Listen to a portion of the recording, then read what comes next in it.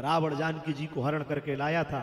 ध्यान रखना, अगर मेरा स्पर्श भी कर दिया तो जलकर खाक हो जाएगा, जलकर खाक हो जाएगा अगर तूने मेरा स्पर्श भी कर दिया। क्यों? मैं पतिव्रता नारी हूं, मेरे जीवन में सदाचार है, मेरे जीवन में भक्ति है, मेरे जीवन में विवेक है।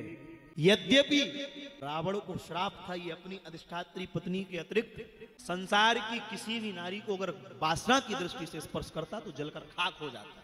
ये श्राप रावण को था। इसलिए रावण ने जानकी का जब हरण किया तो रावण के वेश से नहीं किया, साधु के वेश से किया।